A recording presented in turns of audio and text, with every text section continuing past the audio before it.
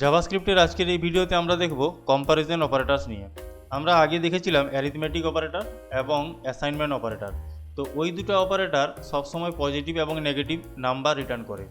তো এখানে কম্প্যারিজন অপারেটরে আমরা যে রেজাল্টটা পাবো সেই রেজাল্টটা বুলিয়ান ভ্যালুতে আসবে, ট্রু অথবা ফলস। তো যাই হোক, এই জিনিসগুলো এবার আমরা প্র্যাকটিক্যালি দেখব। তো যেমন আমি এখানে লিখেছি a সমান 8, b সমান 5। এবার আমি যদি এখানে এভাবে লিখি a ইকুয়ালস টু b, তাহলে এর অ্যান্সার কি আমার ঠিক আসবে? না, কেননা এই দুটো ভ্যালু আলাদা আছে। এবার যদি আমি এখানে রেজাল্ট দেখতে যাই তাহলে আমার অ্যান্সার আসবে ফলস। কিন্তু যদি আমি এখানেও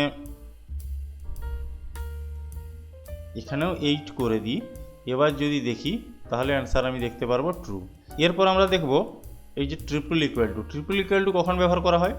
যদি আমি 8টাকে এইভাবে লিখে থাকি, অর্থাৎ এটা একটা স্ট্রিং বোঝাচ্ছে। এবার আমি যদি এখানে আউটপুট দেখি তাহলে আমি দেখতে পাচ্ছি ফলস। কিন্তু যদি আমি এখানে ডবল ইকুয়াল টু দিই তাহলে কিন্তু আমি দেখতে পারবো ট্রু। কেন না, ডবল ইকুয়াল টু মানে হচ্ছে এটা যা এটা তাই বোঝানো হচ্ছে। কিন্তু ট্রিপল ইকুয়াল টু যখন দিয়ে দেবো তখন তার ডাটা টাইপটাও সাথে সাথে চেক করে নেবে। কিন্তু দেখলো কি না, ডাটা টাইপটা আলাদা হলো, কারণ এই ডাটা টাইপ হচ্ছে আমার নাম্বার রয়েছে আর এর ডাটা টাইপ রয়েছে স্ট্রিং।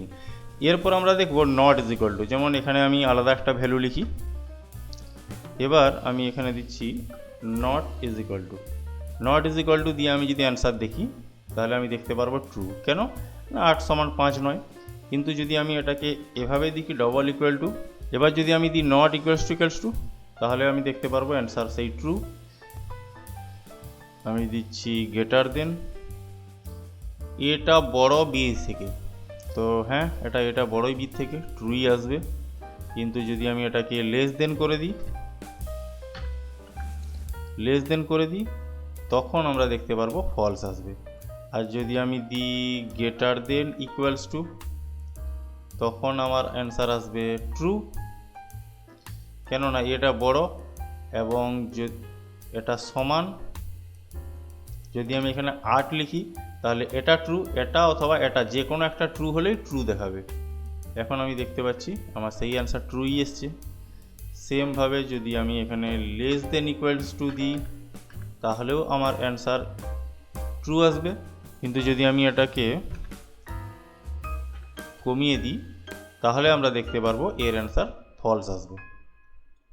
অ্যাকচুয়ালি এই কম্প্যারিজন অপারেটরগুলো ইফ এলসের মধ্যেই ব্যবহার করা হয়।